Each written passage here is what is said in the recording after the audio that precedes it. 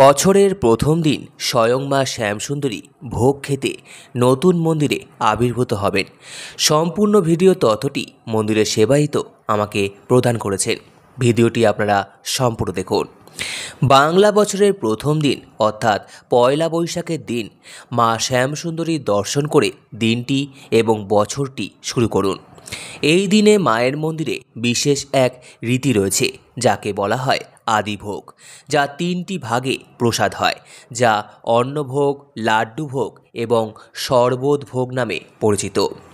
এবং এই ভোগ পুরোপুরি মাটির উনুনে হাঁড়িতে এবং মাটির পাত্রে রন্ধন করা হয় এবং মা শ্যামসুন্দরীর উদ্দেশ্যে নিবেদন করা হয় এবং তা পরে ভক্তদের মধ্যে প্রসাদ রূপে বিতরণ করা হয়।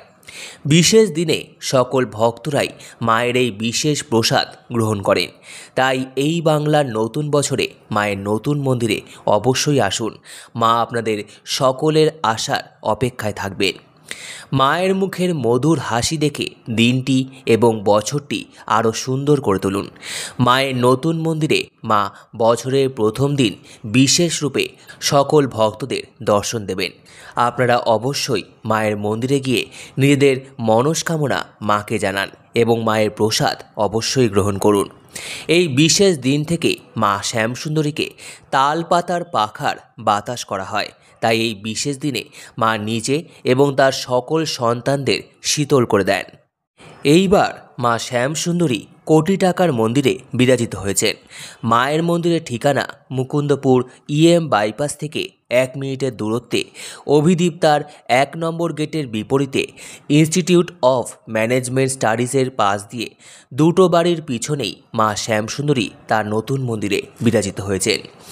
এছাড়া রবীন্দ্রনাথ ট্যাগোর হসপিটালের 3-4 নম্বর গেটের পাশ দিয়ে যে রাস্তাটা ঢুকেছে সেখান দিয়েও ডাফ অ্যান্ড ডাফ স্কুলের পাশের বাড়িতে মা শ্যামসুন্দরী বিরাজিত হয়েছেন। এছাড়া শঙ্কর নেত্রালয়ের পিছনে যে বাড়িটি আছে সেখানে মা শ্যামসুন্দরী বিরাজিত হয়েছেন। শিয়ালদা স্টেশন থেকে যে মৌলালি মোড় ঘুরছে এখান থেকে যেসব বাস আছে সেই সকল বাসে করে মা শ্যামসুন্দরীর নতুন মন্দিরে আসা যাবে। মানিকতলা থেকেও, খান্না থেকেও, শ্যামবাজার, বাগবাজার, ধর্মতলা, হাওড়া ও কালীঘাট থেকেও মায়ের নতুন মন্দিরে আসা যাবে একটি বাসে করেই। তাহলে অবশ্যই আপনারা সকলে মায়ের নতুন মন্দিরে আসুন আর নতুনভাবে মাকে দর্শন করুন। মা তার সকল সন্তানদের আসার অপেক্ষায় আছেন। এছাড়া ট্রেনে করে, যাদবপুর দিয়ে অটো করে অভিদীপ্তার গেটের 1 নম্বরে নামতে হবে। সেখান থেকে বিপরীত গলিতে মায়ের নতুন মন্দির বিরাজিত।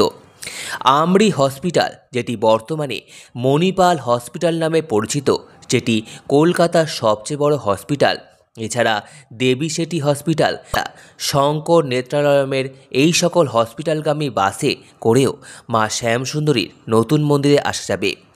মা তার সকল সেবায়িতদের আদেশ দিয়েছেন যে যেহেতু মা শ্রীহীন অবস্থা থেকে এই মন্দিরে এসে শ্রী পেয়েছেন, তাই এই পৃথিবীতে যারা শ্রীহীন তারা প্রত্যেকে এই মন্দিরে এসে মাকে দর্শন করলে নিজেরা নিজেদের শ্রী ফিরে পাবেন। মায়ের মন্দিরে সকল ভক্তদের জন্য বিনামূল্যে প্রসাদ বিতরণ করা হয়। মায়ের আদেশে কোনো ভক্তদের থেকে প্রসাদের জন্য কোনো প্রকার মূল্য আগেও নেওয়া হতো না এবং এখনও ভোগ প্রসাদের জন্য কোনো মূল্য নেওয়া হয় না। সম্পূর্ণ বিনামূল্যে সকল ভক্তদের ভোগ বিতরণ করা হয়। মায়ের মন্দির সকাল 8টা থেকে বেলা 12টা পর্যন্ত খোলা থাকে। এরপর মাকে ভোগ নিবেদন করে মন্দির বন্ধ করে দেওয়া হয়। আবার বিকেল 4টে থেকে সন্ধে 8টা পর্যন্ত মায়ের মন্দির খোলা থাকে। বছরের এই প্রথম দিন অর্থাৎ বাংলা নববর্ষের পয়লা বৈশাখের দিন মায়ের মন্দিরে সবসময় পুজো নেওয়া হবে। তাহলে আপনারা অবশ্যই মায়ের নতুন মন্দিরে গিয়ে বছরটি শুরু করুন। মায়ের মুখের মধুর হাসি দেখে দিনটি এবং বছরটি আরও সুন্দর করে তুলুন। সম্পূর্ণ ভিডিওটি দেখার জন্য আপনাদের সকলকে অসংখ্য ধন্যবাদ। ভিডিওটি ভালো লেগে থাকলে লাইক, কমেন্ট, শেয়ার এবং চ্যানেলটিকে অবশ্যই সাবস্ক্রাইব করুন। ধন্যবাদ।